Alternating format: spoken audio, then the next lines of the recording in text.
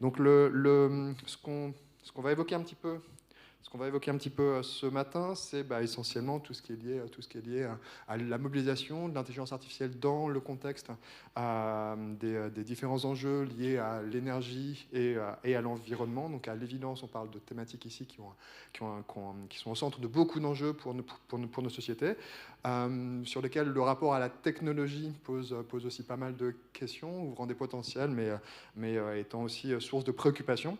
Donc c'est un petit peu la manière dont on a décidé d'aborder un petit peu cette demi-journée ce matin. Donc autour du thème de l'IA dans le contexte des transitions énergétiques et écologiques, avec un double souci, celui de l'exigence scientifique, faire en sorte de pouvoir échanger des choses très ancrées dans des choses concrètes, parce qu'on pense que c'est comme ça qu'on imagine le mieux l'avenir. Et puis aussi en essayant de rassembler une diversité de points de vue et de perceptions autour de la table, en particulier avec des représentants plus du monde industriel et puis des gens plus du monde académique. Donc on va avoir ce matin une série d'interventions scientifiques, puis ensuite une table ronde. Comme on est déjà un petit peu tard, je vais aller un petit peu vite sur la présentation du programme. Donc on va commencer par un talk où on nous parlera de l'intelligence artificielle dans le contexte de la modélisation, de la prédiction des systèmes environnementaux. On aura ensuite une présentation sur l'IA dans le contexte du monitoring en géophysique. On a ensuite une présentation sur les questions liées à l'IA dans le contexte du monitoring de la biodiversité.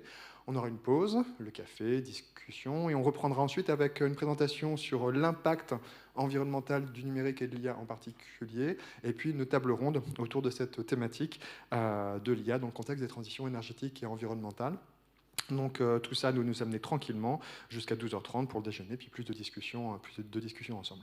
Donc sans plus attendre, je vais vous introduire le premier orateur de cette matinée, à savoir Corentin Lapeyre. Alors on a un format assez mixte, local, distanciel, hybride, pour plein de raisons.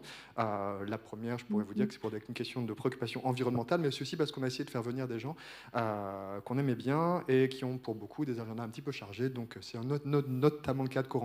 Alors Corentin qui est donc présenté ici, qui se trouve être donc chef d'équipe d'une équipe d'IA pour la physique numérique haute performance au CERFAX, une structure mixte recherche industrielle toulousaine.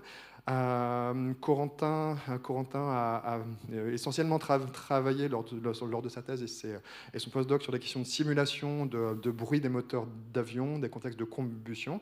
Et il est aujourd'hui, suite à un passage aussi aux États-Unis, donc en charge de cette équipe au CERFAX, où ils essayent un petit peu de développer des approches hybrides, mélangeant simulation numérique traditionnelle et sciences des données IA, pour des problèmes essentiellement d'écoulement fluide, et avec des applications dans des domaines allant de l'aérodynamique, combustion énergétique, et puis modélisation climatique et hydrologique notamment. Corentin, j'imagine que tu es en ligne et que tu m'entends. Donc comme on a un Oui, petit peu absolument. de retard peut-être, on a un slot, j'imagine, de 25 minutes pour l'ensemble de cette session. Donc une présentation peut-être quelque part autour de 20 quelques minutes, puis quelques moments d'échange avec l'audience ensuite. Corentin, on est ravi de t'avoir ici. Tu es affiché dans la salle et tout le monde t'écoute. Ravi de pouvoir t'écouter moi aussi. Très bien. Merci beaucoup pour l'introduction, Julien. Et merci pour l'opportunité d'échanger avec vous aujourd'hui. Alors, 20 minutes, c'est un poil plus court. Je vais condenser un tout petit peu certaines choses, mais il n'y a pas de problème. On pourra revenir dessus si vous avez des questions. Donc oui, je crois que l'introduction que tu as faite était très détaillée et précise, donc ça va me permettre d'embrayer tout de suite. Alors effectivement, le CERFAX où je travaille, c'est un laboratoire qui est à Toulouse, dans lequel on se soucie de sujets très physiques, hein, qui historiquement n'ont pas un grand lien avec l'IA, comme d'abord le climat. Il y a des contributeurs du GIEC qui travaillent au CERFAX, des questions d'environnement et de sécurité, et puis maintenant de plus en plus de questions énergétiques, de nouveaux carburants. Il y a aussi des sujets d'interaction entre ces sujets, entre eux. Typiquement, pendant longtemps, on regardait l'impact de l'aviation sur le climat. Maintenant, on s'intéresse aussi à l'impact du climat sur l'aviation, dans l'autre sens. Et puis, des sujets plus industriels, effectivement, comme tu le disais, puisque en bas, là, vous voyez la liste des partenaires qui gèrent le CERFAX. Et donc, il y a des intérêts industriels sur les questions d'aérodynamique et de propulsion. Je suis physicien de formation et je travaille dans un labo de physiciens, d'où les questions que peuvent se poser les physiciens face à l'IA, qui sont nombreuses et qui partent d'un premier constat surprenant, enfin, ou en tout cas déroutant, c'est que tous les outils de l'IA, ils vivent dans un univers ici, hein, qui sont par exemple certains des GAFAM, et qui n'ont pas un grand lien avec le genre de thématiques qui nous activent au quotidien, qui nous animent. Et donc, il est vraiment nécessaire pour aller plus loin de construire des ponts entre ces deux sujets qui, initialement, n'ont pas l'air de beaucoup se ressembler, pour des questions de sujets applicatifs, mais aussi pour des questions de méthode. Les méthodologies, le vocabulaire du machine learning et le vocabulaire de la physique calculatoire et statistique sont assez différents.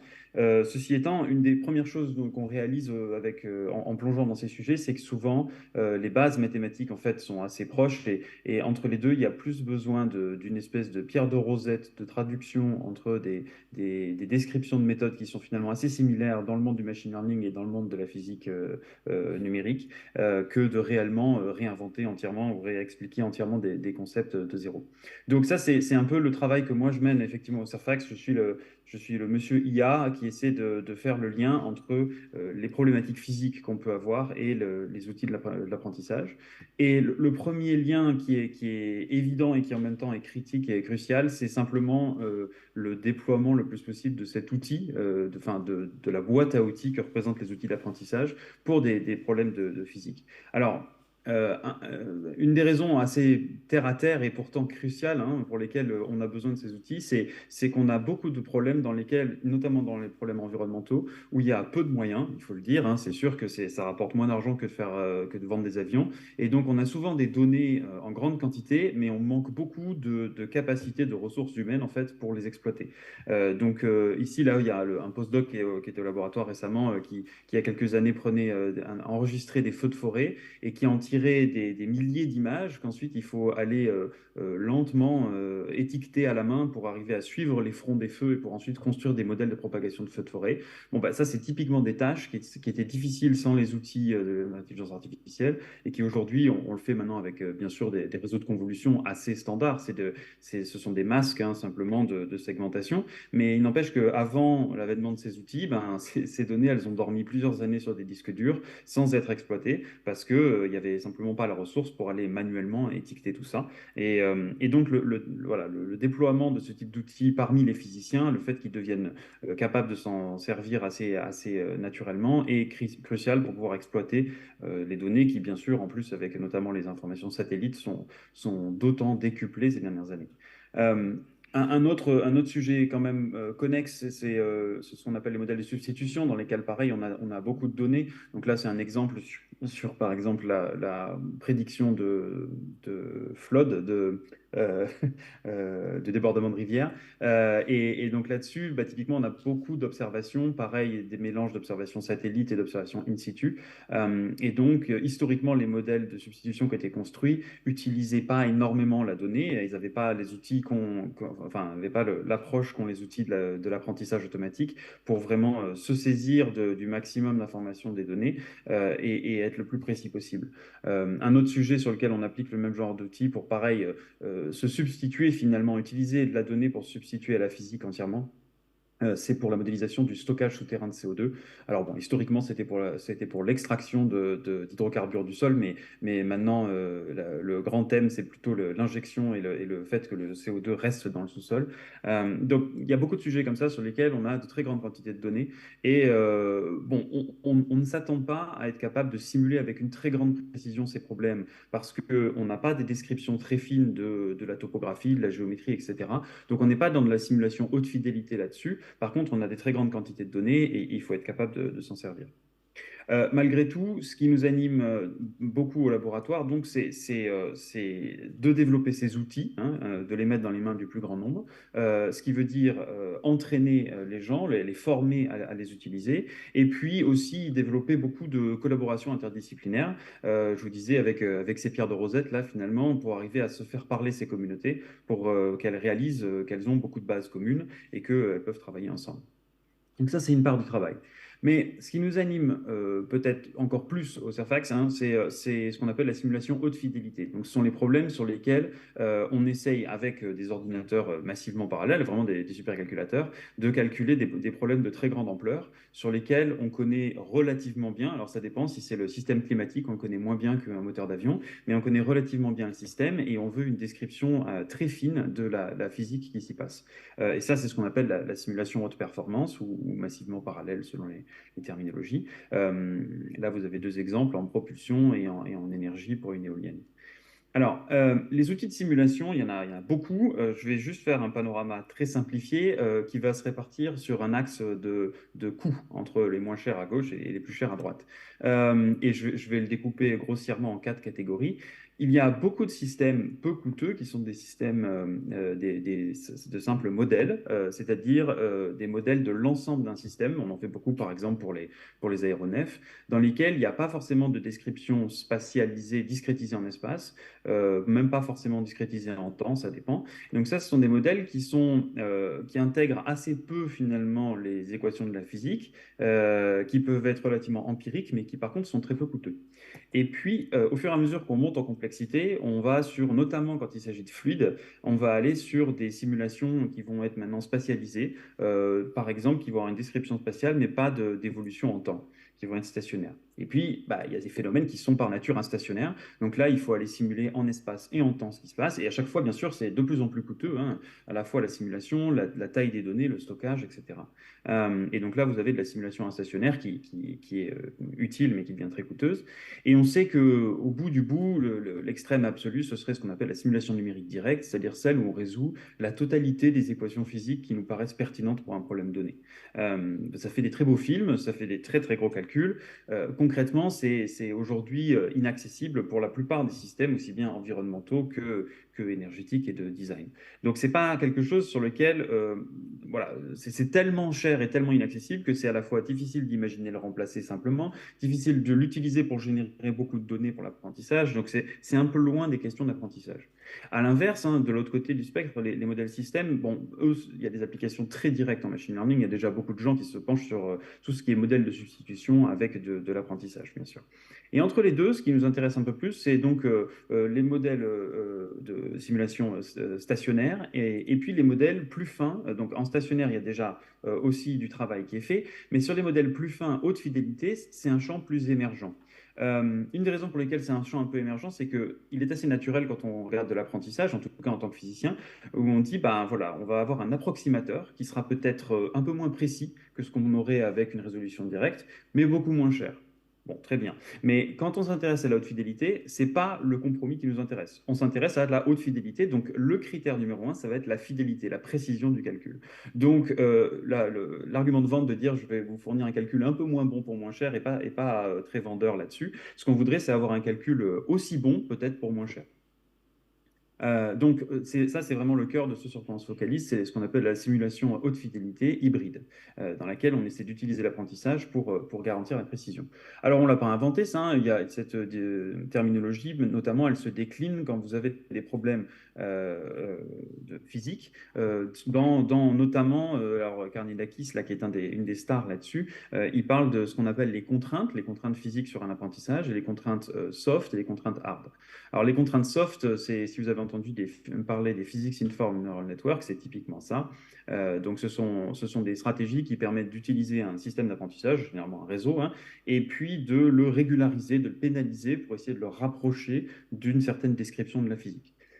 C'est soft parce qu'on s'en rapproche, mais on le fait généralement par donc, de la régularisation ou la fonction de coût, mais on ne va pas apporter de garantie sur les contraintes qu'on met. Et donc l'alternative, ce sont au contraire les contraintes dites hard, où là on les inclut directement au niveau de la formulation du problème ou de l'architecture, d'une façon qui rend obligatoire finalement le respect de ces contraintes absolues, absolues au sens la précision machine du calcul numérique, disons. Et ça, du coup, ça nous rapproche beaucoup plus de cette notion de haute fidélité. Donc voilà, aujourd'hui, il y a des gens qui ont fait beaucoup de progrès sur les contraintes soft pour essayer de faire de la simulation haute fidélité. avancées, notamment avec des données de l'OCNWF, par exemple, pour faire de la prédiction météo. Mais le fait est qu'ils sont sous-performants en termes de précision. Ils sont beaucoup moins chers, donc c'est intéressant, mais ils n'atteignent pas la précision des modèles basés sur la physique. Les contraintes hard, elles, sont plus prometteuses pour essayer d'atteindre le même niveau de performance, mais accéléré, donc le même niveau de précision, mais accéléré par rapport aux méthodes physiques traditionnelles. Donc, c'est un peu là-dedans qu'on s'inscrit, et on s'inscrit là-dedans notamment pour la simulation fluide. Alors, je vais simplifier grossièrement ce que c'est que la simulation fluide pour dire comment on travaille avec. Quand on veut simuler un système fluide, on a tendance à partir ou un système physique, on part de la description du problème. Souvent, on passe par une étape de discrétisation. Il y a des méthodes sans discrétisation, mais on discrétise spatialement, et ensuite temporellement, très régulièrement. Et donc, ensuite, on passe à travers des descriptions de la discrétisation des équations en espace et en temps, avec, comme je vous disais, comme on ne peut pas faire la simulation de toute la physique, il y a souvent des modèles pour la part de physique qu'on ne peut pas résoudre. Et ça va nous faire avancer en temps ou en pseudo-temps. Et puis, on va itérer là-dessus. C'est pour ça que ça peut être assez coûteux. On fait beaucoup d'itérations jusqu'à ce qu'on ait une convergence du résultat, qu'on soit content de du résultat final. Et ça, c'est là-dedans qu'on peut se dire, où est-ce que dans cette chaîne, je peux utiliser un algorithme d'apprentissage pour essayer d'accélérer tout ça. Alors, bien sûr, la méthode numéro 1, un peu brutale, hein, c'est de dire je ne fais rien de tout ça, je ne fais pas de simulation fluide, et je remplace tout par un modèle de substitution de A à Z. Alors, bon, comme on l'a vu, ça, c'est plutôt pas ce qu'on appelle les contraintes en dur. Donc, c'est pas ce qui va nous intéresser le plus, si ce n'est que je dois quand même noter que pour les problèmes environnementaux, le gros intérêt des méthodes end-to-end, c'est pas tant leur capacité à remplacer la simulation, mais c'est plutôt leur capacité à être étant différenciable, à informer des problèmes inverses. Donc là, il y a quand même des choses très prometteuses aussi. Mais si on rentre dans la chaîne et qu'on se dit on va essayer de conserver tout ce qui fonctionne bien dans cette chaîne de résolution et puis de cibler certaines briques qui fonctionnent moins bien, on peut regarder par exemple toute la partie mise en données, discrétisation, gestion de géométrie, ou on peut aller taper dans le dur, là, dans le solver lui-même, en regardant les parties numériques elles-mêmes, donc les estimations de gradients ou les avancées en temps. Donc tout ça, c'est ce que je mets dans la catégorie méthode numérique innovante, on va dire. Ou alors, on peut aussi regarder les modèles, donc ceux qui concernent la partie de la physique qu'on ne résout pas, pour essayer de les améliorer. Alors, commençons par cette seconde partie, les modèles plus précis, donc une amélioration des modèles de substitution interne à la résolution. Il y a un cas qui est extrêmement intuitif à comprendre hein, là-dedans. C'est la première chose qu'on ne peut généralement pas résoudre dans un grand problème physique, c'est la maille spatiale, c'est la résolution spatiale. Donc, on va prendre le maillage le plus fin qu'on puisse se payer, ça va donner une certaine taille de maille, et on sait sur le papier qu'on n'est pas en train de résoudre la totalité des échelles physiques importantes. Il y a toujours des plus petites échelles qu'il faudrait résoudre pour capturer l'ensemble de la dynamique. Et donc, il y a un delta entre les deux. Et ce qui manque entre ce maillage fin qui résout toute la physique et le maillage qu'on peut se payer en vert, eh bien, c'est ce qu'il faut modéliser. Et c'est ça le travail de ce qu'on appelle les modèles de sous-maille. Les modèles de sous-maille, il y en a dans énormément de solvers physiques. Et ce qui est intéressant, c'est que si on part d'une résolution d'un petit système, donc si on s'intéresse à un système climatique, on ne va pas résoudre toute la Terre, on va résoudre une partie beaucoup plus petite, mais on peut faire une résolution de l'ensemble des équations directes sur un petit système, et on peut le filtrer. Donc on peut essayer de le déraffiner pour émuler ce que serait une résolution plus grossière de ce problème. Or, quand on le filtre, c'est nous qui détruisons l'information au passage. Donc, la quantité d'information qui est détruite au passage de ce filtrage, c'est bien la quantité qu'on voudrait essayer de modéliser. C'est cette information de sous-maille qui n'est pas résolue.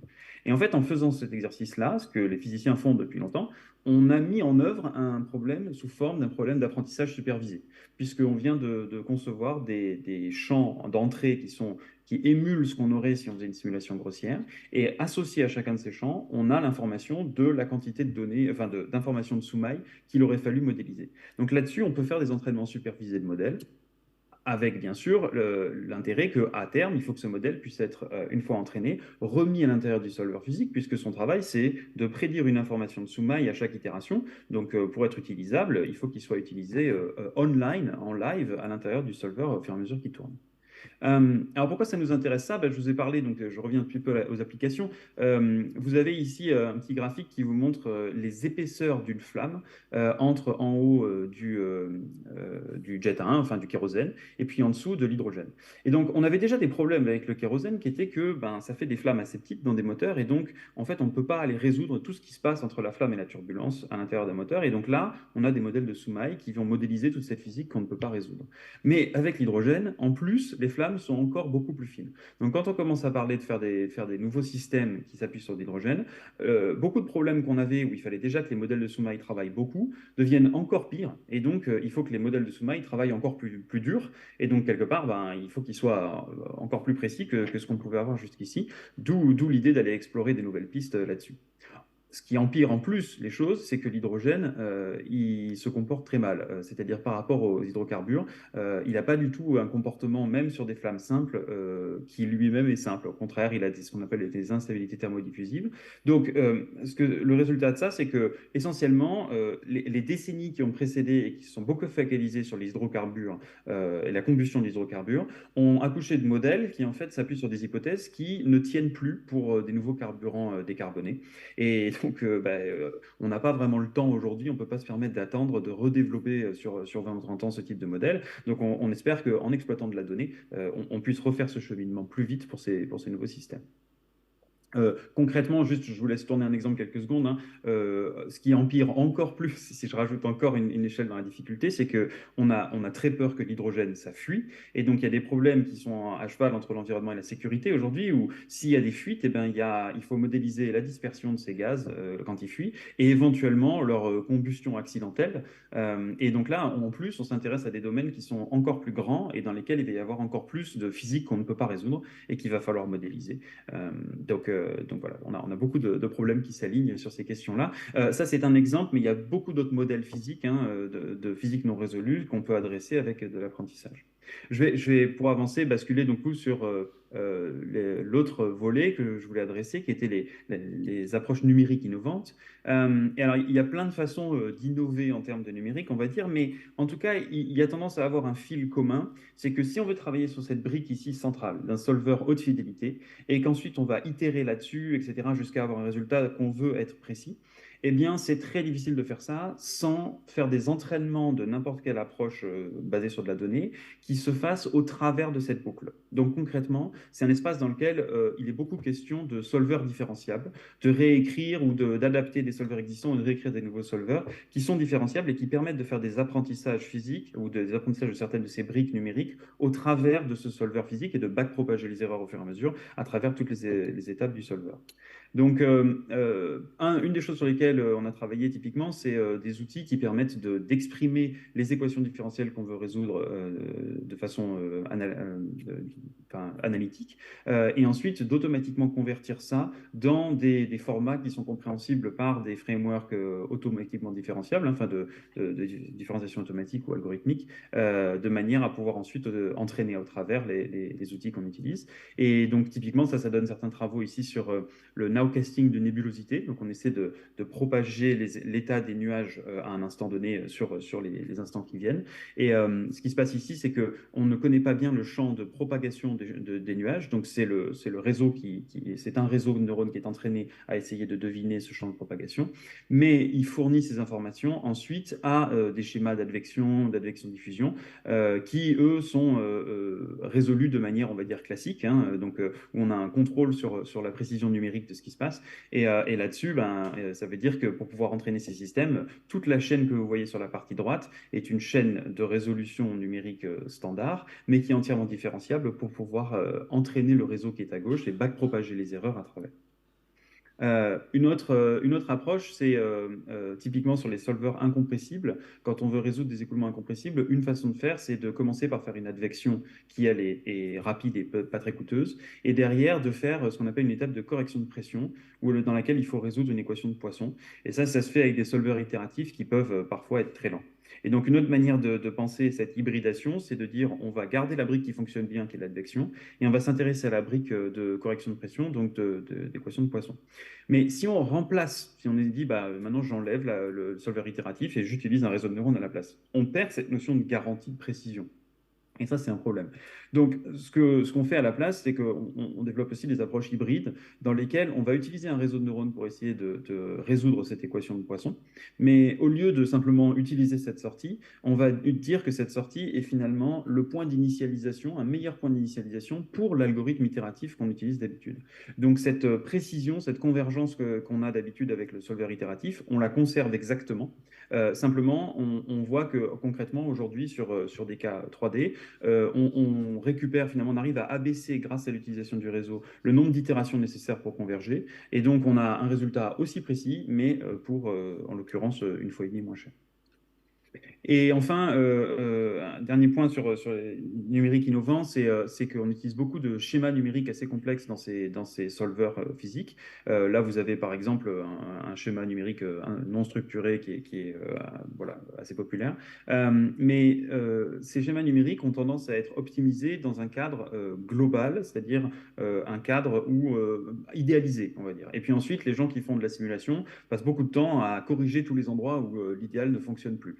Donc typiquement, là, vous avez un paquet d'ondes qui se balade sur un maillage gentil, c'est-à-dire qu'il est homogène en espace. Et puis, c'est là-dessus que ces schémas sont optimisés, hein, sont conçus. Et puis, dès qu'on perturbe le maillage et donc on lui donne plus maintenant les cellules de la même taille côte à côte, eh bien, les schémas numériques se comportent beaucoup moins bien parce qu'en fait, cet optimum un peu idéalisé, il n'est pas optimal localement quand on se met à faire changer le maillage. Donc, ce sur quoi on travaille aujourd'hui, ce sont des versions de ces schémas numériques qui sont capables de s'adapter localement, c'est-à-dire au lieu d'avoir leurs coefficients optimisés de façon globale, eh ben, c'est un réseau de neurones qui va venir proposer les coefficients localement en fonction de la nature du maillage et en fonction de la nature du champ physique qu'il y a dessus. Et là aussi, ça veut dire qu'il a fallu écrire des solvers différenciables en Julia, et maintenant, pour différents problèmes, on est en train de basculer plutôt sur du C++ et du tapenade. Je vous donne des mots-clés, comme ça, si vous avez des questions, on peut revenir sur certains sujets particuliers. Mais pour terminer, je voudrais parler de comment on fait marcher tout ça. Je vous ai dit que c'était du calcul haute performance sur supercalculateur. Donc, toutes ces choses que je vous montre, c'est joli, mais si on n'est pas capable de les faire passer à l'échelle, eh ben, on ne fera pas non plus un gros calcul avec. Et donc, il faut se poser des questions sur l'adéquation avec les supercalculateurs. Alors, on travaille sur plusieurs supercalculateurs en Europe, mais je prends l'exemple de Jean Zé, puisque je fais un speech en France, et c'est un de nos fleurons nationaux. Et bon, bah, typiquement sur Jean Zé, il y a aujourd'hui des architectures hybrides dans lesquelles il y a à la fois du CPU et du GPU qui se mêlent. Beaucoup d'entre vous doivent le savoir. Quand on veut utiliser ça avec des approches hybrides, eh bien, il y a plein de façons de s'y prendre. Mais une façon un peu simple, c'est de dire que beaucoup de solvers physiques qui ont un très grand nombre d'années de développement derrière sont aujourd'hui optimisés pour CPU plutôt. Donc, on peut exploiter les CPU avec le solver physique. Et puis, on a tous ces GPU qu'on ne sait pas très, très bien exploiter, mais qui sont particulièrement adaptés à l'inférence de réseaux de neurones. Donc, dans une approche hybride, ce qu'on fait, c'est qu'on fait tourner le solver physique sur les CPU et le réseau de neurones, on fait les inférences sur le GPU et on organise les communications entre les deux. Alors, il y a pas mal à faire pour organiser ces communications, notamment souvent les solvers physiques, le maillage va être relativement irrégulier, voire non structuré, alors que si on utilise côté réseau de neurones des réseaux de convolution, ce qui est assez naturel et aujourd'hui fonctionne assez bien, bah, on n'a pas du tout les mêmes maillages entre les deux côtés. Donc quand on dit qu'on communique, il faut aussi interpoler à la volée entre les deux. Ou alors, l'autre solution, c'est de partir sur des réseaux de neurones qui peuvent travailler directement sur les maillages non structurés avec des réseaux sur graphes, par exemple. Et là, il y a beaucoup de travail du côté réseau, mais ça simplifie les communications.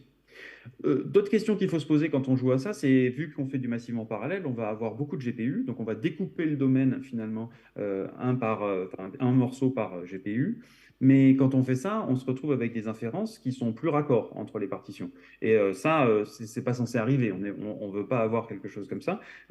Si on a optimisé le réseau pour faire une prédiction, on voudrait que la prédiction soit comme si on avait fait l'inférence avec un seul réseau, ce qui implique d'organiser des overlaps finalement entre ces partitions d'inférence. En plus, tout ça amène à beaucoup de communication.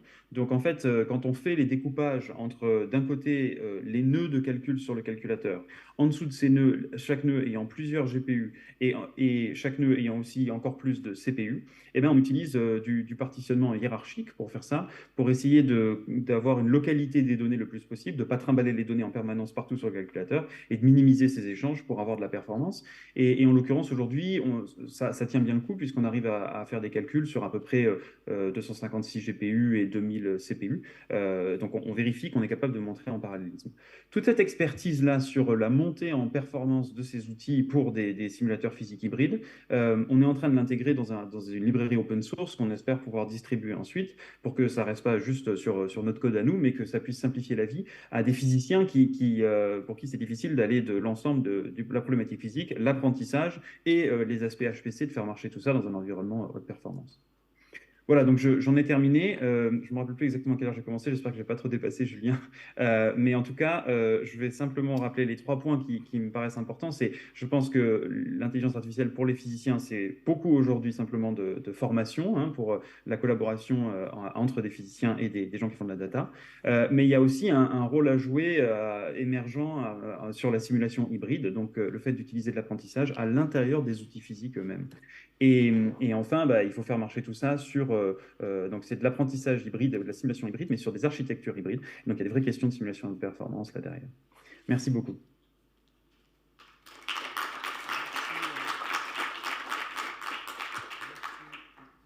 Petit problème de micro. Voilà. Donc merci beaucoup, Corentin pour cette présentation qui, j'imagine, a fait briller les yeux de beaucoup de gens ici, tout au moins je l'espère. Moi, ça me fait beaucoup briller les yeux, en tout cas, toutes ces questions. Et on voit à quel point, justement, au travers de ta présentation, à quel point les routes permettant de combiner de la physique, de la modélisation physique avec de l'IA sont multiples et qu'elles sont encore en pleine invention. On a sans doute le temps pour quelques questions dans la salle ici, ou peut-être s'il y a des gens en ligne, je ne sais pas, on me fera signe si c'est le cas. Est-ce qu'il y a des questions dans la salle? Je passe le micro. Si vous pouvez vous présenter juste avant aussi. Oui, pas de problème. Je suis Rado Oro, je suis chercheur en vision par ordinateur. Enfin, ex-chercheur en vision par ordinateur. J'ai beaucoup aimé ta présentation. J'avais une question générale, puis une autre question, je ne sais pas si j'ai le temps de la poser plus en détail. La question générale, c'est qu'à un moment donné, dans un de tes slides, je crois que c'est autour de 23, 24 par là, tu as dit que tu utilisais un réseau de neurones pour initialiser un système de résolution plus complexe. Or, en fait, les réseaux de neurones fonctionnent essentiellement de manière stochastique, d'accord? Donc, on n'a aucune garantie qu'on fournit un jeu de paramètres qui soit, on va dire, correspondent à un minimum global ou un truc comme ça. Et donc, les réseaux de neurones eux-mêmes ont besoin d'une bonne initialisation. Je voulais juste que tu commentes par rapport à ça. L'initialisation des poids du réseau, du coup? À un moment donné, tu dis que tu utilises... quand tu entraînes un réseau, en fait, tu calcules ses poids. Et donc, tu dis que tu utilises ce résultat comme initialisation. Je n'ai pas bien compris cet aspect-là. Alors, oui, pardon, c'est vrai qu'il y a peut-être le même mot qui est utilisé pour deux choses différentes. Là, ce qu'on fait là-dessus, c'est un apprentissage relativement classique. On entraîne un réseau, en l'occurrence, ce sont des UNet ou des multiscalenet, hein, qu'on entraîne de façon quasi supervisée à produire finalement des solutions de l'équation de Poisson. Donc, il y a une part entraînement. Et à la fin, on est content de notre réseau qui est un approximateur finalement de la résolution de l'équation de Poisson, imparfait, mais qui approxime ces solutions. Et après, on fige ce réseau et on vient l'utiliser dans une résolution, dans un solver fluide hybride, et dans lequel, à chaque itération, quand on a besoin de résoudre l'équation de Poisson, pardon, on interroge ce réseau, donc on fait une inférence du réseau figé, et c'est la sortie, hein, ça n'a pas de lien avec ses poids, du coup, la sortie de ce réseau, c'est une estimation de la solution de Poisson. On sait qu'elle est imparfaite, et donc c'est ça qu'on utilise comme point de départ du solver itératif traditionnel, un GMRes ou enfin un solver qui va... Voilà. J'ai bien compris ça, mais quelle est la garantie que cette prédiction est une bonne initialisation? C'est ça que je n'ai pas bien compris. Est-ce que tu as besoin d'une bonne initialisation? Alors, c'est une bonne question. En fait, c'était un peu naïf comme approche. On a fait ça au début. Je dis naïf parce que aujourd'hui, les gens qui travaillent là-dessus sont en train de réfléchir à plutôt travailler sur des préconditionneurs que sur des instants initiaux. En fait, disons que ça dépend pas mal de la nature des problèmes. Il y a certains problèmes sur lesquels on a entraîné où les problèmes sont très locaux finalement. Et donc l'initial guess qu'on utilisait habituellement n'était pas très bon et l'initial guess qui arrive à produire le réseau est bien meilleur.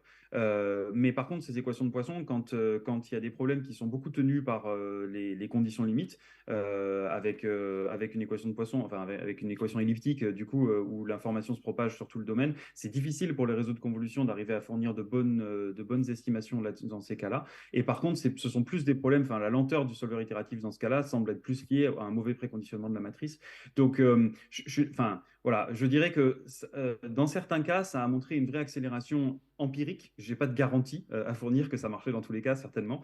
Et je pense qu'il y a à creuser sur la manière dont on peut interfacer. Donc aujourd'hui, il y a des gens qui travaillent sur, je n'ai pas montré, mais sur du GMRES hybride, où il y a un réseau qui assiste en fait les itérations elles-mêmes du GMRES, mais où on conserve la structure des espaces de Krylov successifs. Donc voilà, je sais pas si je peux résumer en trois phrases l'ensemble de ce champ de recherche. Je pense qu'en fait, il est assez large, le champ qui s'ouvre sur cette question. Merci beaucoup pour cette première réponse. Et effectivement, j'imagine que sur chacun des exemples applicatifs que tu nous as montrés ici, on pourrait rentrer dans une discussion bien plus avancée. Et sans doute, chacun d'entre eux ouvre en fait des champs de recherche entiers sur lesquels de nombreuses équipes interviennent. Donc, de la nourriture pour des présentations suivantes. On a une deuxième question ici, et ce sera sans doute la dernière, puisqu'on va devoir essayer de rattraper un petit peu notre agenda ensuite. Si vous pouvez vous présenter avant la question. Bonjour à tous, moi c'est Ali Bachir, de la société EasyVista. Je suis responsable lab. On travaille beaucoup sur des thématiques d'IA plutôt autour de la causalité. Donc j'imagine à travers vos modèles, vous faites des simulateurs. Vous entraînez un simulateur, donc vous avez toutes les lois physiques qu'il y a derrière. Est-ce qu'il y a moyen de transférer cette connaissance vers une autre simulation? Admettons, vous faites des simulateurs sur un Boeing et vous voulez utiliser le même réseau pour un Airbus ou un moteur autre que le modèle d'origine. Voilà, une problématique de transfert d'apprentissage. Est-ce que vous avez abordé ces thématiques-là? Merci. Oui, merci pour la question. Alors, en partie, une des problématiques, hein, c'est que dans ces approches, c'est très coûteux de générer quand même les jeux de données. On parle d'assister des simulations 3D, instationnaires. Donc, on a voilà, même quand on cible finalement des cas d'application assez restreints, très vite, c'est coûteux de générer ces données. Ce sont d'assez grosses données. Donc, on a une difficulté empirique à aller vérifier ce que vous demandez là, quoi, au final. Malgré tout, je dirais que quand même, une des idées qu'il y a derrière ces modèles hybrides, là, oui, je suis coincé dans l'animation, c'est que justement, on essaie de conserver la généralité qui correspond à la résolution des équations. Donc, si un problème est bien défini par un ensemble d'équations physiques, en l'occurrence, beaucoup de Navier-Stokes au cœur de nos problématiques, il n'y a pas tellement de raisons dans l'absolu qu'on ne puisse pas résoudre d'autres problèmes régis par les mêmes équations. Et donc, si on regarde des problèmes de turbulence de Soumaï, la turbulence de Soumaï qui est valide derrière une éolienne, elle est valide derrière un A380. Quoi. Il n'y a pas tellement de raisons, enfin 380 c'est un mauvais exemple maintenant, mais un A350. Donc oui, dans la formulation, on essaie d'avoir quelque chose qui a une certaine généralité là derrière, c'est certain. Pour autant, ça va être difficile d'amener des garanties là-dessus pendant un certain temps, c'est-à-dire ça va être difficile de savoir quand est-ce que les bases d'apprentissage qu'on a produites et agrégées sont suffisamment génériques pour finalement couvrir un peu la diversité et la variété des solutions d'un jeu d'équations donné. Et donc ça va prendre du temps, je pense. Merci beaucoup Corentin pour cette réponse et pour la présentation. On va devoir avancer dans le programme désormais. Donc je comprends que tu vas sans doute rester un petit peu en ligne. Donc ceux d'entre nous qui souhaiteront interagir avec toi pourront sans doute te recontacter un petit peu plus tard, peut-être au moment de la pause. Quoi qu'il en soit, merci beaucoup pour cette première introduction et on va passer maintenant dans une présentation un peu plus liée avec les domaines environnementaux et notamment dans le domaine de la géophysique. Donc on est ravis d'avoir parmi nous ce matin Léonard Sédou. Alors on est doublement ravis de l'avoir ici, non seulement pour ce dont il va nous parler, mais aussi parce que Léonard est passé par le MIAI, il me semble, dans le cadre d'un postdoc avant d'être sélectionné pour une nouvellement créée chaire professeur junior à l'IPG à Paris. Donc, il s'intéresse notamment aux questions d'utilisation de l'IA dans des conditions, sur des problématiques de sismique et de géodésie. Il va nous en dire plus. Donc, je suis ravi d'ouvrir grand mes oreilles pour cette présentation. Donc, un petit peu comme précédemment, 20-25 minutes de présentation, puis un petit peu de questions derrière. On va tranquillement accepter l'idée qu'on a un petit peu de retard sur l'agenda sans se stresser. Merci beaucoup, Léonard. Nous t'écoutons. Merci beaucoup, Julien. Et bonjour à tous. Alors, je vais essayer de mettre ces slides en plein écran. Alors, affichage. Voilà. Vous me recevez bien? Ok, donc je vais vous parler, comme tu l'expliquais, d'exploration de données géophysiques. Et donc, je vais essayer de vous convaincre que ce qu'on fait, donc c'est vraiment une exploration, c'est-à-dire qu'on va essayer de partir à la recherche de signatures dans les données géophysiques continues. Et donc, je vais vous parler essentiellement de machine learning non supervisé pour pouvoir faire cette exploration. Donc, le but de cette exploration, c'est de surveiller les failles et les volcans. Donc, je vais tout de suite rentrer dans le vif du sujet en vous montrant finalement un diagramme qui résume à peu près tous les objets qui vont nous intéresser, qui sont des objets actifs. Donc ici, ce que vous voyez, c'est une zone de subduction. Sur cette zone de subduction, on peut également voir aussi en arrière-plan des volcans ici. Et donc l'ensemble de ces objets, ils sont actifs, ils peuvent générer des éruptions volcaniques ou des séismes. En fait, pour essayer un petit peu de comprendre ce qui se passe dans ces systèmes, on va les surveiller à l'aide de données qui sont continues, qui sont des données massivement recueillies sur l'ensemble du globe. On a deux grands types de données aujourd'hui qui vont nous intéresser. Ce sont les données géodésiques, qui représentent finalement le déplacement vu à la surface du globe en fonction du temps. Et puis d'autres types de données qui sont des données sismiques, qui représentent aussi du déplacement ou de la vitesse à la surface du globe, mais sur des échelles de temps beaucoup plus courtes, des fréquences beaucoup plus élevées. Donc on a accès ici à une dynamique de ce qui se passe à la surface. Voilà, donc à l'intérieur de ces données, on a une grande quantité d'informations qui est recueillie et qui est relative à des grandes diversités de phénomènes physiques. On peut avoir du glissement, une accommodation de contraintes, on peut avoir également des migrations de fluides, etc. Et donc cet ensemble de diversité de phénomènes physiques, finalement, il va avoir des signatures bien diverses. Donc on peut voir par exemple des variations du déplacement en fonction du temps, sur des échelles de temps qui sont très différentes, par exemple de l'ordre du mois. On peut avoir aussi des événements qui sont très courts dans le temps, de l'ordre de la seconde. Et donc l'ensemble de ces phénomènes, on a essayé de les modéliser. Donc je vais, sans faire quelque chose de très détaillé, montrer un petit peu ce qu'on connaît finalement de ces signaux à l'heure actuelle. Donc si vous voyez un diagramme sur lequel on représente l'énergie des événements recueillis dans la donnée et leur durée. Et donc sur ce diagramme, on voit, disons, deux grands types de familles. On a les séismes rapides, que tout le monde connaît bien, qui sont des grands événements, qui peuvent libérer de grandes quantités d'énergie sur des temps très courts et qui sont relativement dévastateurs. Mais on a également d'autres types de signaux, comme je vous le disais, des séismes qui sont plus longue période, voire très longue période, des séismes finalement qui font partie d'une catégorie de séismes lents, puisqu'ils relâchent aussi des grandes quantités d'énergie sur des très grandes durées. Et donc ils sont beaucoup plus silencieux, beaucoup plus durs à capter. Et bien sûr, il y a sans doute un lien entre ces grandes familles de séismes lents et de séismes rapides. Et c'est là qu'on effectue une recherche pour voir si on peut améliorer notre compréhension et notre appréhension des grands phénomènes. Donc ici, je montre finalement quelques exemples de signaux qui ont été vus dans la donnée continue, que ce soit des déplacements en géophysique, donc avec du GPS, ou bien dans la donnée sismique. Ces classes de signaux, finalement, c'est des signaux qui ont été repérés essentiellement par l'être humain. Donc c'est des classes qui ont été définies visuellement, comprises, modélisées, plus ou moins d'ailleurs, puisqu'il y a encore des classes comme les trémors qui sont des grands événements qu'on arrive encore peu à comprendre à l'heure actuelle. Voilà, et donc l'intérêt, la question qu'on se pose ici, c'est quand on regarde une donnée géophysique, à quel point on a affaire à un renseignement qui va nous concerner sur les grands séismes, et comment aussi faire un inventaire exhaustif de toute la donnée de façon non supervisée, donc de partir à la recherche d'autres patterns. Par exemple, je reviens sur ce trémor ici, qui finalement a été découvert il y a entre guillemets seulement une vingtaine d'années. Donc existe-t-il encore d'autres signatures que nous ne voyons pas à l'œil nu et qui pourraient nous renseigner sur une autre nature de la physique. Donc je vous montre ici un exemple de quelque chose qui a été fait assez récemment, où on voit des données géodésiques ici enregistrées. Donc là, on est au Mexique, qui est aussi une zone de subduction qui peut créer des séismes ravageurs.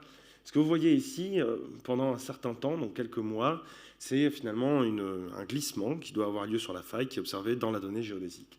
La donnée géodésique, comme vous pouvez le voir, elle est extrêmement bruitée et difficile à manipuler. Et ce que vous voyez en bleu, en ligne droite derrière, c'est finalement des détections d'un type de séisme très particulier qui est quasiment invisible Et donc, si on s'intéresse à essayer de voir si ce mouvement, donc par exemple, si on prend une trace, on peut voir, ça c'est ce qu'on aurait vu si simplement on reporte le glissement cumulé ici. Et puis, ce qu'on voit en bleu, finalement, c'est ce qu'on obtient si jamais on prend uniquement les morceaux qui ont glissé pendant l'occurrence de ces petits séismes bleus. Donc ça veut dire qu'en fait, ce qu'on voit dans la donnée géodésique, c'est quelque chose d'apparent, et on peut révéler finalement des formes de glissement avec des échelles de temps bien différentes quand on joint l'information qu'on recueille également dans la donnée sismique. Et donc là, on a une information qui est obtenue de façon mutuelle entre les deux données. Donc ça, c'est intéressant, mais c'est extrêmement, disons, arbitraire, pour le dire voilà, simplement. C'est qu'en réalité, donc on a besoin, pour comprendre comment le déplacement se décompose en sous-déplacement, on a besoin d'avoir un a priori sismique, et donc il faut qu'on ait un a priori sur les différentes classes qu'on a dans les données. Donc voilà, il faut définir une catégorie, en faire un catalogue, et ensuite utiliser ce catalogue pour décomposer le déplacement. Et donc ça, c'est finalement extrêmement renseigné par l'être humain. Et donc on aimerait un peu généraliser ce genre d'approche pour pouvoir faire de la découverte de signaux à travers des différents types de données. Donc l'idée, ce serait de voir si on arrive à exprimer le lien qu'il existe entre les sismogrammes, par exemple, et le GPS, en utilisant des choses qui sont orientées données, comme du clustering, par exemple, pour parler d'apprentissage non supervisé, et puis de la régression. Donc là, c'est plutôt du supervisé. Donc je vais vous expliquer comment on a mis en place des algorithmes qui permettent de faire ça. Donc le but de cette stratégie, c'est d'aller dans la donnée sismique continue, d'identifier des classes de façon non supervisée, et puis de labelliser ainsi des grands jeux de données sismiques. Donc là, on parle de centaines de gigas, voire de plusieurs téras, et puis d'essayer de comprendre quelles sont leurs origines physiques en comparant ces classes avec des données, des données extérieures, comme du GPS, par exemple. Bon, alors là, je fais justement une petite parenthèse sur les méthodes de type supervisé qui ont fait leurs preuves en sismologie, par exemple, où là, on peut très bien essayer d'automatiser la reconnaissance de classes connues dans de la donnée, par exemple faire de la détection. Donc ça, c'est quelque chose qui a été très bien mis en place. Ça nécessite des labels, donc des étiquettes pour être entraîné, bien sûr, et puis c'est limité à ce qu'on connaît déjà, mais ça marche très bien. Donc si je vous montre un exemple d'un réseau qui a été développé à Stanford, et qui permet de pointer finalement des arrivées de types d'ondes sismiques qui sont des ondes P et des ondes S. Et donc ça, c'est quelque chose de très, très important pour localiser correctement les séismes, mais aussi on peut faire de l'estimation précoce de magnitude et des choses comme ça à partir de la connaissance de ces ondes-là. Donc ce que vous voyez ici, c'est un réseau qui a été entraîné sur des bases de données de pointées manuelles. Donc c'est quand même des bases de données qui sont coûteuses à créer. Voilà, donc c'est intéressant d'avoir ce genre de réseau qui marche dans des contextes aussi différents de ceux duquel ils ont été entraînés. Voilà, donc on a quelque chose qui est assez performant. En revanche, pour l'entraîner, voilà, il a fallu à peu près prendre tous les séismes connus de la Californie. Ce sont des algorithmes on a encore finalement beaucoup de manque de labels dans notre domaine. Il nous reste peut-être 99% de la donnée qui n'est pas étiquetée. Et donc pour ça, on va aussi s'intéresser aux techniques non supervisées, où l'idée, ça va être d'essayer d'inférer de la connaissance directement à partir de la donnée. Donc là, on n'a pas besoin de label, en revanche, ça va être plus difficile à mettre en place. Bon, je vais peut-être pas m'attarder sur ces slides que beaucoup d'entre vous ont dû voir ou connaissent parfaitement, mais il y a plusieurs définitions du clustering, c'est le point de cette slide. En fonction de la définition que vous allez prendre de votre clustering, vous allez obtenir un résultat dans tous les cas. L'intérêt, ce n'est pas forcément de remettre en question le résultat, mais plutôt d'essayer de comprendre, de l'interpréter en fonction de la définition que vous avez prise. Voilà, donc c'est ça un petit peu le travail qu'on a fait. Finalement, on a pris plusieurs types d'algorithmes, on a essayé de comprendre le résultat qu'on obtenait, de l'interpréter. Donc ici, c'est un fameux exemple sur le site de scikit-learn, où on voit deux jeux de données différents qui ont été vus par plusieurs algorithmes de tri, de groupage différents. Donc on a besoin de connaître aussi, on a besoin d'avoir quelques a priori sur notre donnée pour pouvoir employer le bon algorithme de clustering. Et donc ici, je vais vous montrer comment on a approché ce problème concrètement. Donc on va s'intéresser à faire de la classification de forme d'onde. Il y a plein de manières de prendre de la forme d'onde. bon, bien entendu, on est parti du plus simple et puis on est allé vers le plus compliqué ensuite, mais ce qui est intéressant ici, c'est qu'on ne peut pas considérer une forme d'onde simplement. Il y a beaucoup de petits détails qui vont faire en sorte qu'on ne peut pas directement traiter la forme d'onde, on a besoin de la transformer dans un espace pertinent pour faire de la recherche de groupes. Et donc pour cela, on a suivi un petit peu finalement les stratégies qui sont classiques et bien reportées. Donc on sait très bien qu'ici, si on veut faire de la classification, tous les systèmes qui sont finalement rigides et déterministes, ils ne vont pas satisfaire nos besoins. Les systèmes de type deep learning qui vont apprendre plusieurs types de représentations pour résoudre le problème, alors ils sont intéressants, mais ils sont hautement dépendants finalement de la manière dont on formule le problème et de l'a priori qu'on va y injecter, et puis ils sont très difficiles à interpréter. C'est-à-dire qu'on va forcément obtenir des groupes de signaux, mais on a du mal à comprendre la raison pour laquelle ils ont été groupés ainsi. Donc on va se situer vraiment le plus possible près des systèmes interprétables, tout en garantissant une flexibilité qui nous permettra d'obtenir des clusters pertinents. Et donc pour ça, on est allé dans des techniques d'apprentissage de représentation, mais qui restent très proches du machine learning classique. Donc pour l'illustrer, je vous présente un réseau qui était un gagnant, il fut un temps de classification d'images. C'est un réseau convolutionnel qui est très, très, très connu, qui s'appelle VGG. Et donc, la structure de VGG, c'est vraiment de faire de la convolution.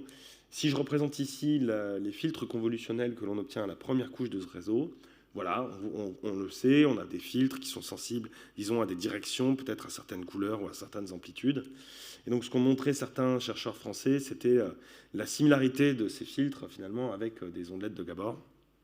Bon, en fait, ça allait au-delà de ça, c'est-à-dire qu'on peut aussi imaginer qu'on pourrait toujours décomposer l'ensemble des filtres obtenus à une certaine couche sur des ondelettes de Gabor, par exemple. Donc, on peut trouver une base analytique, en fait, qui nous permet de décomposer le signal, et on n'est pas obligé de faire de l'apprentissage. C'était un petit peu, finalement, le pari donc, de l'équipe de Mala et des collaborateurs, où, en fait, ils ont développé des réseaux diffusifs qui sont, en fait, des réseaux convolutionnels à ondelettes.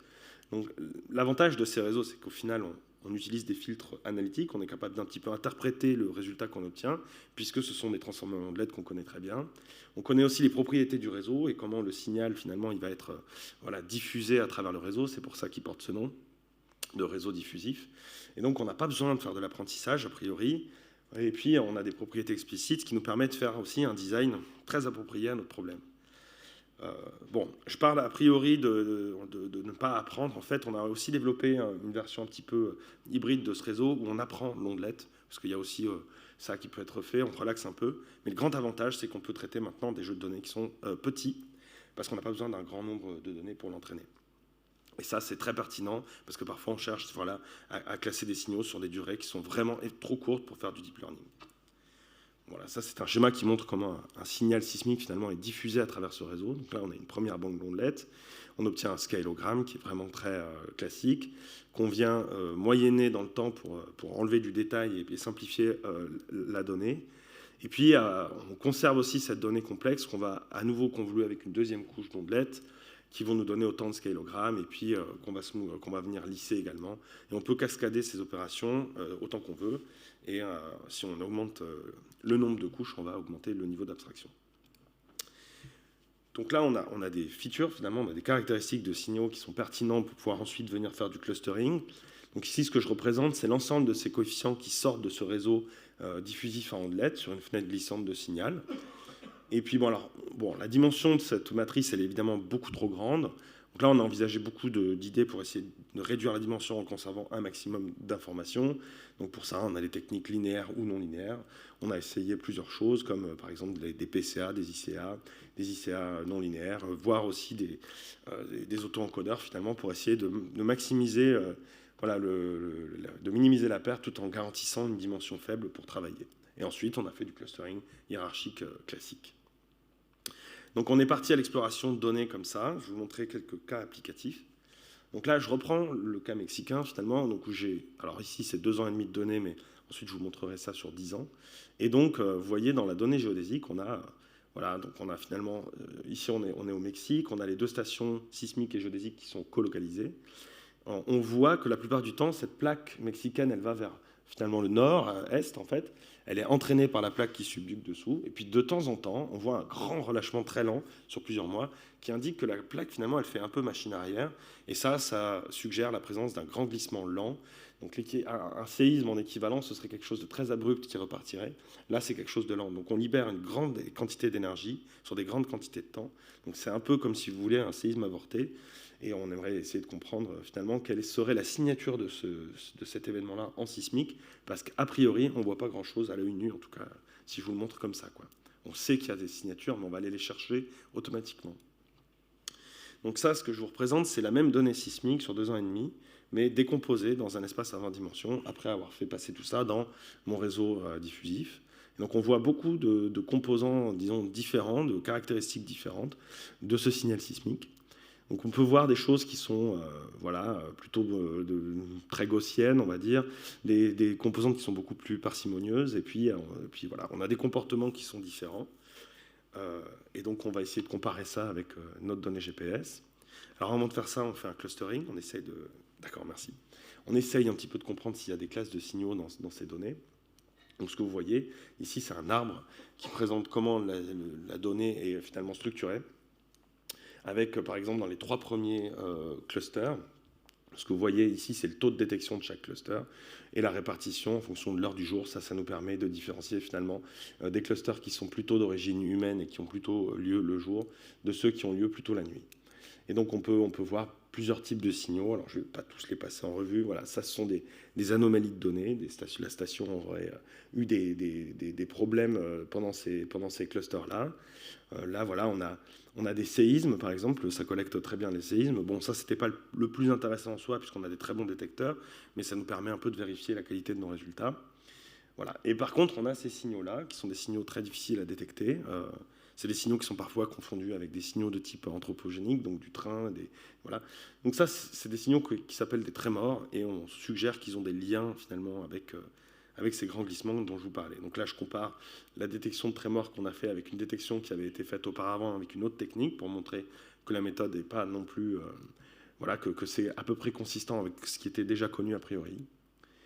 Et puis ensuite, j'ai fait une expérience en essayant de comprendre quel était le lien entre donc l'occurrence de ces clusters sur 10 ans et la présence de ces grands tremblements de terre silencieux dans la donnée géophysique. Bon, on fait de la régularisation pour essayer de rendre le problème aussi solvable. On a beaucoup trop de bruit dans cette donnée. On a besoin de la lisser, puis de la dériver en temps, etc. Mais si on fait la question qu'on va se poser, c'est de savoir est-ce qu'il y a des clusters là-dedans qui vont nous permettre de prédire notre donnée GPS, par exemple. Donc si on fait l'expérience en faisant des régressions, alors ici je pense que je vous montre une régression linéaire, mais on a fait le test avec d'autres types de régressions. On peut voir par exemple, donc la couleur que vous voyez ici représente l'implication de chacun de ces composants dans la prédiction de la donnée GPS. Et donc on peut voir qu'il y a une composante qui majoritairement va nous aider à prédire le déplacement. Donc ça veut dire qu'on a trouvé une famille de signaux sismiques dont l'occurrence est corrélée avec les glissements lents. Et donc on a retrouvé des signaux qui vont nous renseigner sur la physique de ces glissements lents. Et donc on va pouvoir partir à la recherche de ces signaux et à leur interprétation grâce à nos approches. Là, le message clé, c'est qu'en fait, on peut faire ce genre d'approche avec beaucoup d'autres types de signaux. On peut chercher le lien entre la donnée sismique et d'autres quantités extérieures. Je vous montre rapidement un autre exemple. Ici, on est en Allemagne, à Hambourg, où le sol peut parfois geler. Donc, ce que vous voyez ici, en fonction du temps, c'est la température extérieure. Et puisque vous voyez donc en rouge la température extérieure, qui, comme vous le voyez, va parfois bien en dessous de 0. Et puis, en noir, ici, vous voyez une des composantes du signal sismique qu'on a extrait avec notre approche. Donc, on peut voir qu'il y a une corrélation assez forte entre la température et la donnée sismique. C'est pas trivial a priori de comprendre le lien, mais on comprend que finalement le sol peut geler en dessous d'une certaine température et modifier les propriétés du champ d'onde. Donc finalement, et là ce que je vous montre, on le fait à partir d'un seul capteur sismique. Donc on peut avoir finalement des a priori sur ce qui peut changer dans le champ d'onde sismique, que ce soit à partir des sources, mais également du milieu. On peut faire avec ça un suivi des propriétés du milieu en fonction du temps, de façon, encore une fois, non supervisée. Voilà, ce sont 2 exemples applicatifs, il y en a d'autres, mais je vais ici conclure. Donc ici, ce que je vous ai présenté, c'est donc une méthode pour pouvoir analyser, explorer des données continues sismiques, par exemple, de façon non supervisée, en utilisant un réseau diffusif à ondelettes qui permet dont on peut maîtriser l'architecture assez simplement, puisque les ondelettes sont des objets qu'on connaît bien. On peut, avec ça, trouver des catégories dans du signal et puis essayer de les interpréter et de les lier avec d'autres types de données. Et, voilà. Et en termes de perspective, évidemment, donc, ce qui serait intéressant, c'est d'essayer de se débarrasser de l'hypothèse qu'on fait qu'il n'y a qu'un seul signal par fenêtre. Ça, c'est quelque chose qui est finalement faux, puisqu'on le sait très bien, il peut y avoir des phénomènes qui se superposent en temps. Donc essayer d'avoir une approche multi-échelle et un peu factorielle, c'est un petit peu la prochaine étape qu'on va essayer de mettre en place. Et puis de rajouter un peu de non-linéarité dans notre approche, puisqu'on le voit très bien, parfois il y a des classes qu'on n'arrive pas à séparer, puisqu'on a aussi un peu d'a priori. Et donc on va travailler là-dessus. Et voilà, je vais m'arrêter ici. Je vous remercie pour votre attention.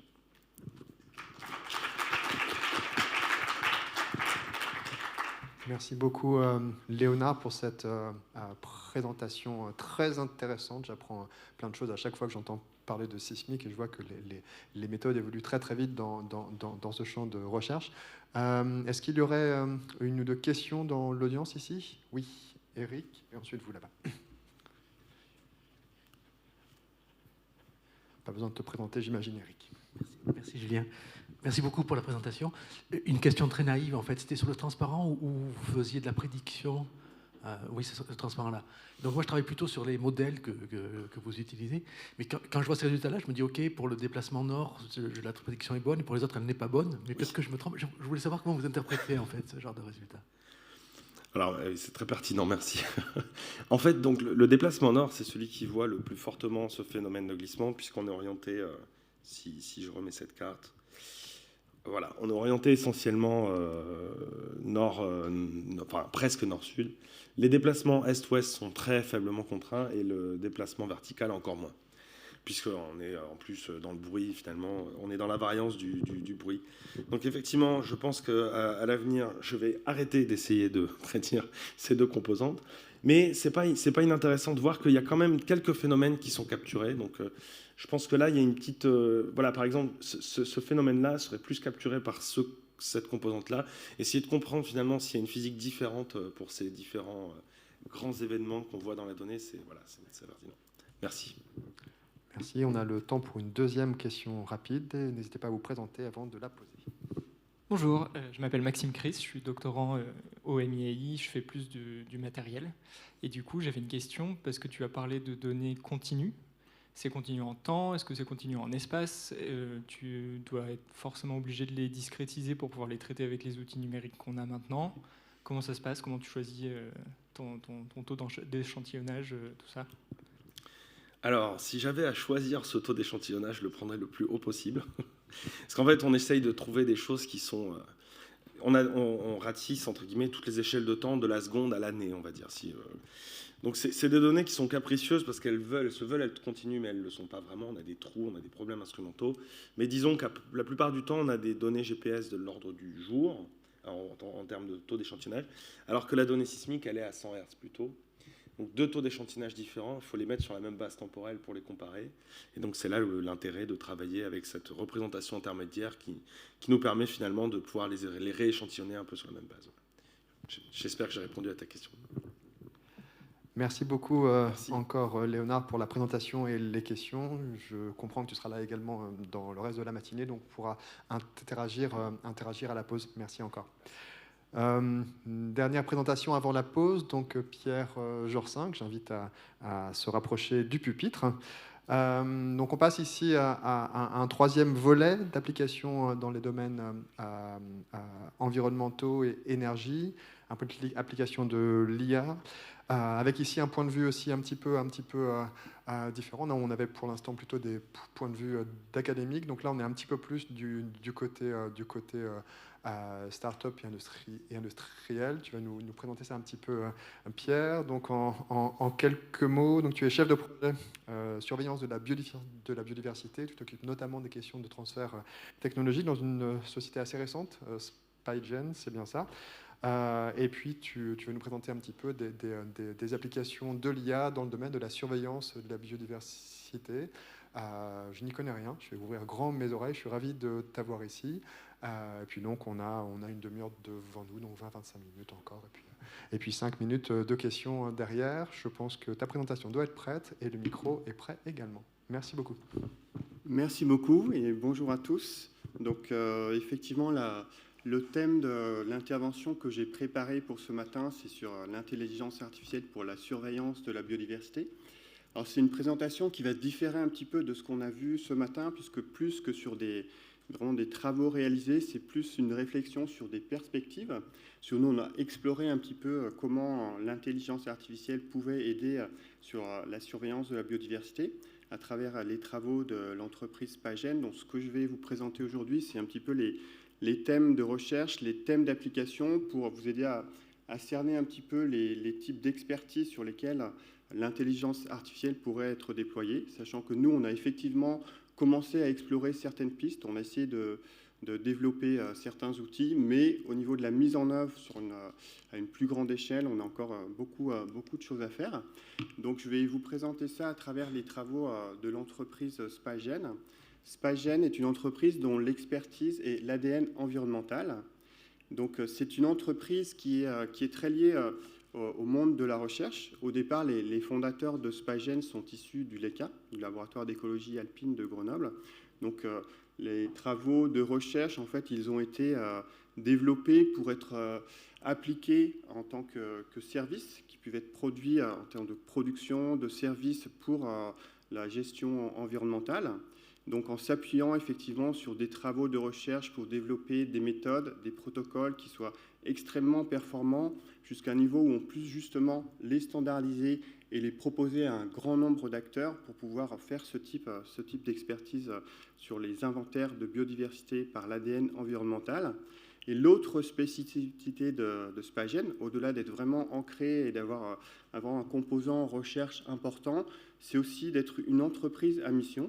Au départ, Spagen a obtenu le label B Corp en 2018 et depuis 2021, Spagen est également une entreprise à mission. Alors c'est un statut d'entreprise qui est particulier, en ce sens qu'il y a vraiment un engagement qui est assez fort de travailler vers une mission. Alors dans notre cas, la mission c'est innover au service de la connaissance et de la protection du vivant. Donc concrètement, ça veut dire qu'en suivant ces engagements, l'entreprise va être amenée à reverser une grande partie des profits pour cette mission, donc pour la recherche et pour la conservation, pour justement aller vers ces objectifs. Alors les objectifs, que sont-ils ? En fait, ils sont les objectifs qui sont connus un petit peu de tous. Donc la contribution qu'on va chercher à apporter avec Spagen, c'est essentiellement la contribution en connaissance. On va chercher à alimenter la connaissance pour vraiment fournir de la matière aux écologues, aux scientifiques qui travaillent sur le vivant, qui travaillent sur la biodiversité, qui travaillent sur l'étude des écosystèmes, pour vraiment aider à mieux comprendre ces écosystèmes, puisqu'il y a aujourd'hui des lacunes qui sont identifiées en matière de connaissances. Il y a des choses qu'on ne sait pas encore, à la fois au niveau des inventaires de biodiversité, des choses qu'on ne connaît pas, des choses qui restent à découvrir, mais essentiellement aussi sur le thème des fonctionnements des écosystèmes, sur toute la dynamique, sur toutes les dynamismes des communautés d'espèces, etc. Puisque ce type de données, ce type d'informations, il va pouvoir aider à identifier un petit peu l'équilibre des écosystèmes qui peuvent être connus, et on va pouvoir y chercher à identifier, et c'est là où on va un petit peu se projeter un petit peu dans qu'est-ce qui peut être fait au niveau de l'intelligence artificielle, comment l'intelligence artificielle va pouvoir aider à contribuer sur ce thème de recherche et de connaissances pour, par exemple, identifier des points de rupture des écosystèmes. Quand on a des pertes de biodiversité, avec des conséquences qui sont en cascade, on va voir à un moment donné des écosystèmes qui vont perdre leur équilibre. Donc le fait d'apporter de la donnée, et surtout d'apporter de la donnée de qualité, puisque ce qui est important aussi de prendre en compte, c'est que parmi les enjeux dans la connaissance de la biodiversité, c'est qu'on a des données qui sont recueillies partout dans le monde par différents types d'acteurs sur des formats très très différents. Donc un des enjeux, c'est d'être capable de comparer pour les scientifiques, d'avoir vraiment des données qui soient très très fiables et qui soient valides en termes de comparaison pour pouvoir justement utiliser des modèles de simulation et autres. Donc c'est en ce sens qu'on va utiliser l'expérience de l'ADN environnemental pour pouvoir fournir ce type de données et alimenter cette connaissance et donc produire des résultats qui vont aider à développer des solutions, en tout cas des recherches de scénarios de solutions dans le domaine de la biodiversité et de la conservation plus particulièrement. Donc concrètement, comment on va essayer d'appliquer ce type de solution ? C'est en développant une expertise qui est d'une part basée sur la recherche, donc ça veut dire développer des protocoles. Donc là, c'est la recherche vraiment pure sur le cœur de métier de Spagen, qui est l'ADN environnemental. Donc toujours en s'appuyant sur des travaux qui vont avoir des conclusions, qui vont faire avancer les choses et qui vont faire progresser cette méthode, qui vont faire progresser les protocoles, qui vont faire progresser tout le thème associé à l'ADN environnemental. Donc il y a beaucoup de publications aujourd'hui qui sont sur ce thème, que je vous invite à découvrir.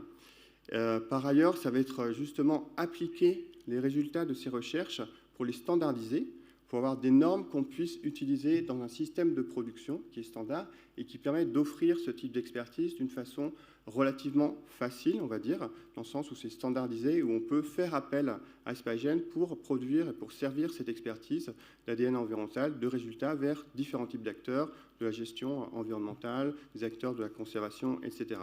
Donc on va développer des outils et on va aller vers des outils le plus possible clés en main, qu'on puisse facilement transmettre à différents types d'acteurs.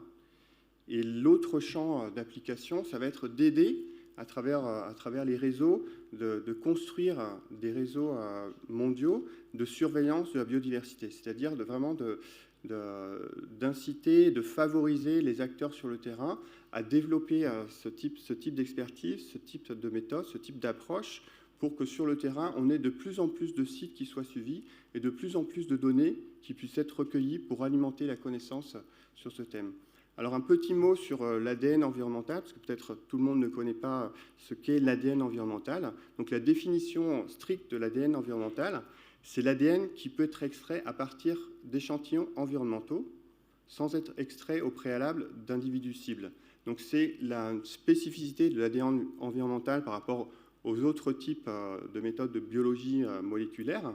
Et c'est effectivement ce qui fait sa force et ce qui fait son intérêt grandissant aujourd'hui, avec ces méthodes justement de détection de la biodiversité à partir des traces d'ADN qui vont être laissées dans l'environnement par les êtres vivants. Donc on va, nous, essentiellement s'intéresser aux matrices de l'eau, puisque c'est la matrice qui est la plus intégratrice en termes de recueil de traces d'ADN laissées par les êtres vivants. Donc on a travaillé à développer ici la chaîne de procédés qu'on voit sur ce graphique, qui va de l'échantillon à l'extraction de l'ADN, l'amplification, le séquençage et l'analyse bioinformatique. Donc là aussi, l'intelligence artificielle aide dans toute la chaîne de procédés et plus particulièrement en fin de parcours sur les analyses bioinformatiques et sur les résultats et sur l'interprétation des résultats.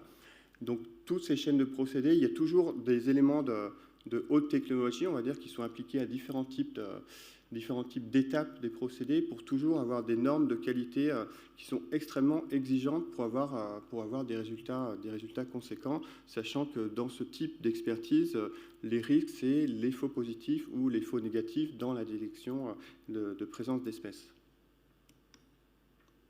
Alors, brièvement, pour aussi comprendre vraiment quel est l'intérêt de la méthode et surtout pourquoi aujourd'hui elle intéresse de plus en plus de monde et pourquoi elle est adoptée, c'est parce qu'effectivement, elle a beaucoup d'avantages en termes pratiques, en termes de détectabilité des espèces par rapport aux autres méthodes plus conventionnelles, qui sont soit des observations visuelles ou des observations sonores ou des méthodes de pêche électrique, par exemple, en rivière. Donc l'ADN environnemental a certains avantages. Et un des avantages, c'est de pouvoir cibler la biodiversité globale, c'est de pouvoir cibler tous les groupes taxonomiques dans un milieu donné. On va pouvoir inventorier tous les types de groupes taxonomiques avec cette même méthode. Avec un seul échantillon, on va pouvoir cibler différents types de groupes taxonomiques. Donc c'est un des avantages qui amène à développer cette méthode, plus des avantages pratiques, puisqu'on peut effectivement former une personne à faire des prélèvements sur le terrain assez facilement et gagner du temps aussi dans la mobilisation d'inventaires sur le terrain. Donc il y a différents types d'applications possibles. Essentiellement, aujourd'hui, c'est centré sur la conservation ou sur la gestion des milieux naturels, mais on peut aussi se projeter un petit peu, et c'est un peu l'idée de l'intervention de ce matin, de voir sur quel type d'application on pourrait aller plus loin. On pourrait aussi développer ce type de méthode, ce type de résultats sur différents types de recherche, notamment l'agriculture, la biosurveillance et éventuellement le domaine médical également.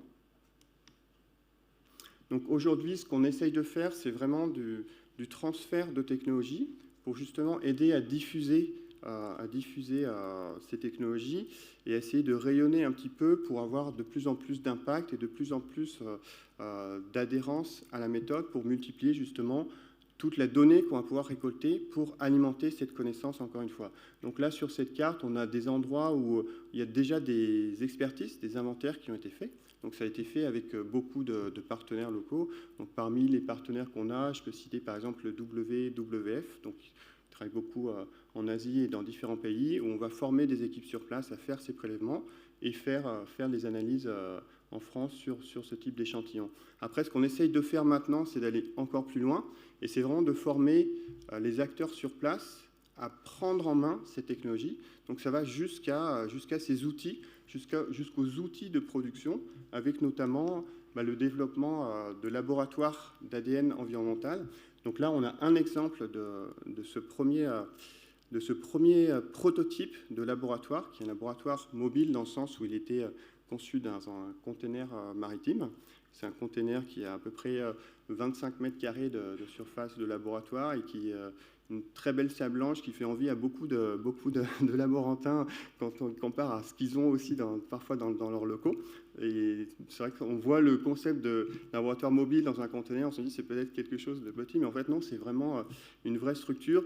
Et l'idée c'était ici d'apporter une technologie vraiment clé en main qui puisse être livrée aux partenaires. Alors ici, le partenaire en Colombie, c'est l'INVEMAR, qui est l'Institut d'études marines et côtières de Colombie, qui travaille essentiellement sur le milieu marin, notamment sur les aires marines protégées en Colombie. Donc ils utilisent l'ADN environnemental pour aider à déterminer les aires marines protégées en Colombie.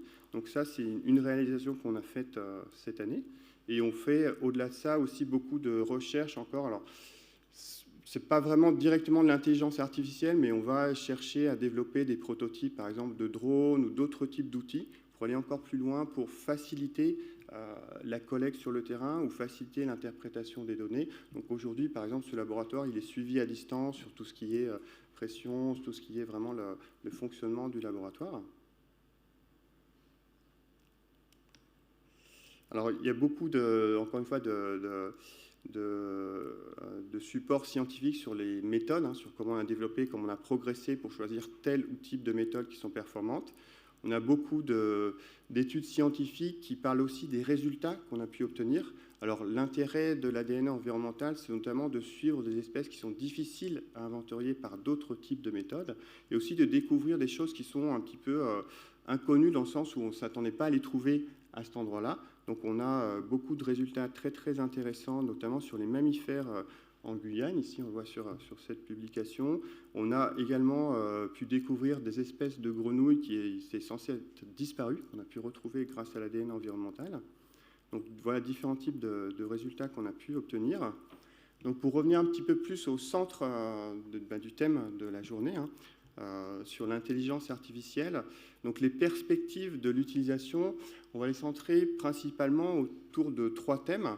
Le premier thème, c'est l'assignation taxonomique et l'interprétation à partir des séquences, puisqu'on a sur les séquences qu'on obtient à partir des échantillons d'ADN environnemental, on va devoir les assigner à partir des bases de données de référence génétique. Et dans certains cas, on n'a pas les bases de données qui sont suffisamment complètes sur certains territoires pour aller jusqu'à une identification précise à l'espèce. Donc on va remonter l'arbre phylogénétique, par exemple, au genre ou à la famille. Et le fait d'avoir plus de données, plus d'outils et plus de méthodes de calcul, d'algorithmes d'interprétation permettent d'affiner aussi ces recherches et ces résultats. Donc c'est un des axes possibles de recherche.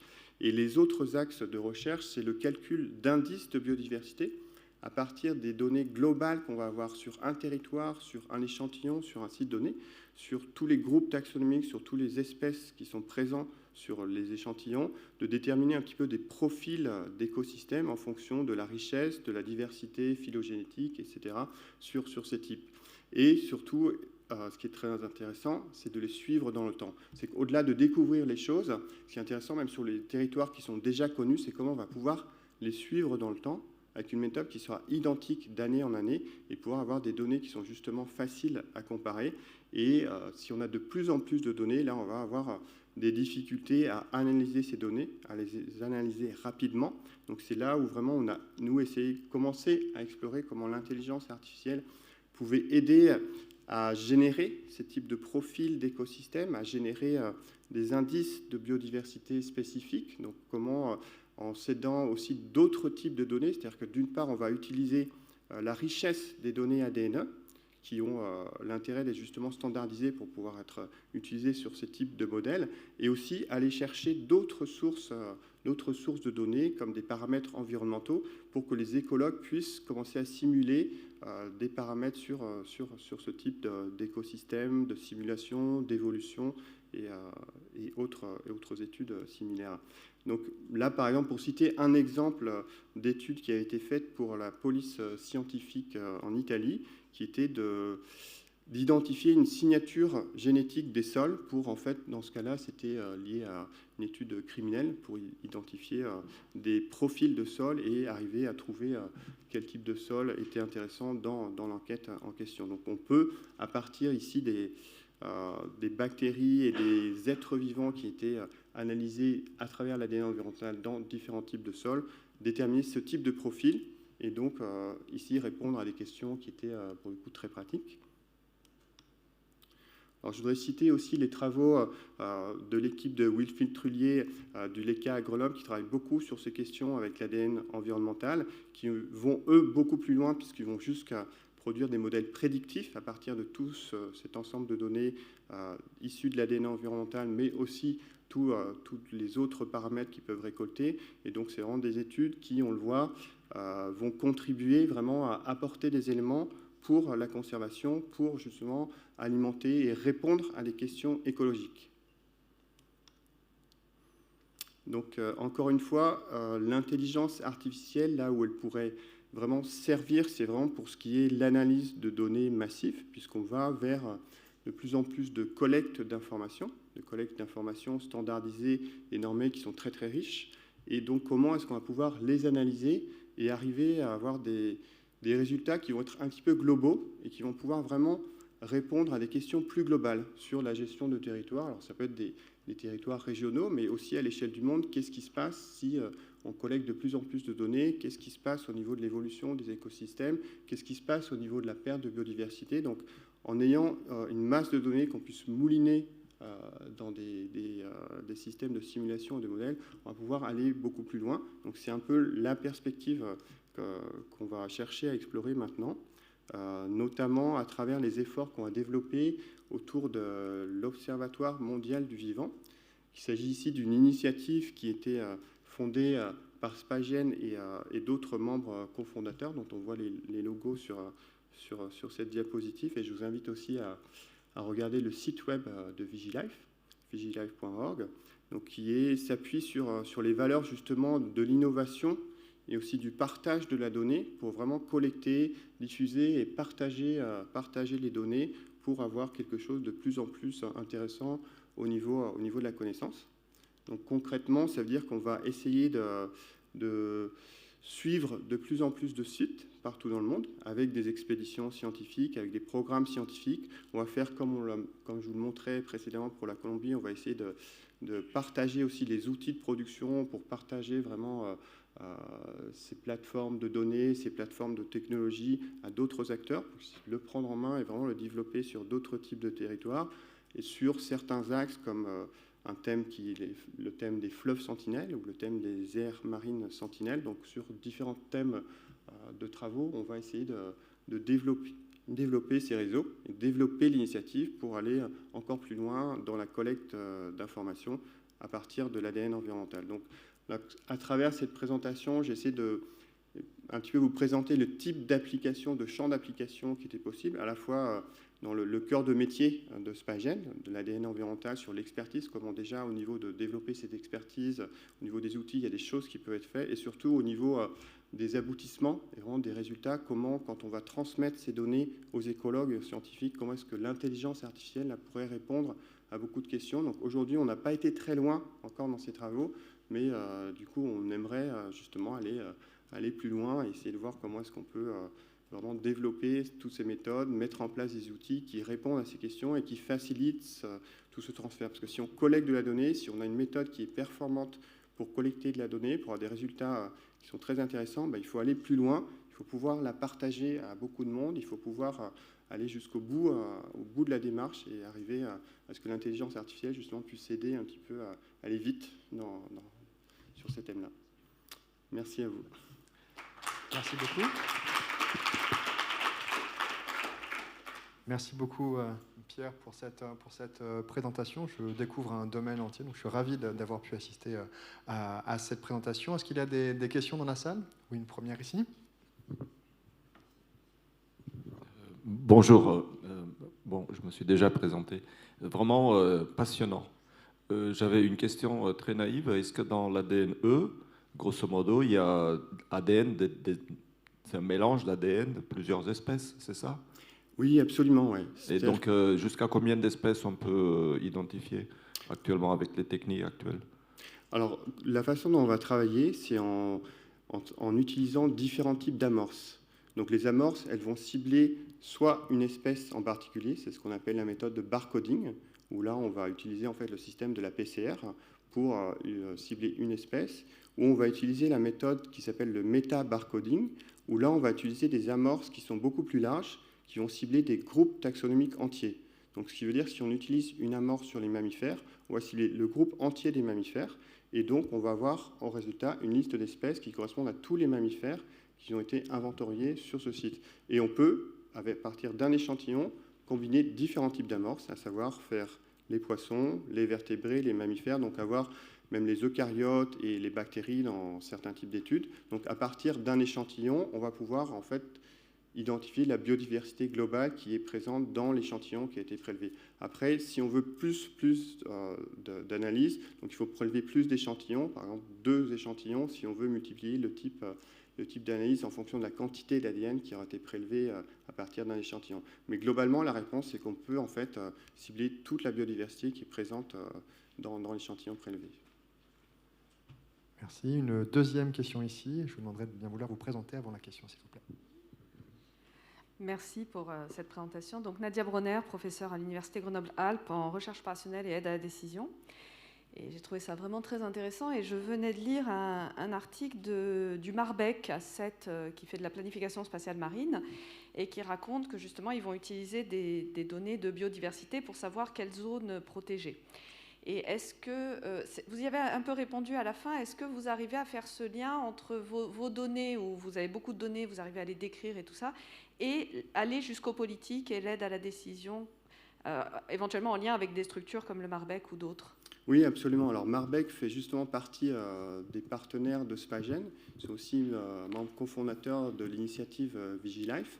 Donc, on travaille beaucoup avec eux, puisque effectivement, l'ADN environnemental répond à beaucoup de questions sur le milieu marin, parce que c'est très difficile de faire d'utiliser d'autres méthodes, surtout en eau profonde ou en zone offshore, pour justement faire des inventaires de biodiversité. Donc, alors, je dirais que ça prend son chemin, c'est-à-dire que ça fait du chemin au niveau de l'impact politique, mais ce qui est intéressant, c'est que si on a effectivement des données qui sont très fiables et qui sont très pertinentes et surtout qui justifient justement des rapports sur la pertinence de déterminer une aire marine protégée, en fait, c'est des arguments qui vont pouvoir être écoutés.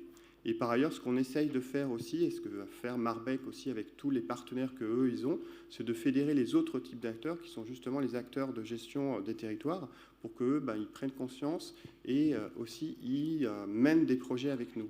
C'est-à-dire qu'on va pouvoir avoir des projets qui sont menés directement par les acteurs politiques et qui vont pouvoir justement suivre la biodiversité et du coup, à partir des indicateurs, parce que c'est vrai que les politiques, ils sont beaucoup intéressés pour ce qui est indicateur. Donc, c'est un peu là où on essaye de répondre et là où l'intelligence artificielle pourrait aussi répondre en produisant un peu des métriques de résultats qui, du coup, sont assez faciles à lire, à suivre et à suivre dans le temps. Donc, c'est une initiative qui prend du temps, mais on essaye de la développer.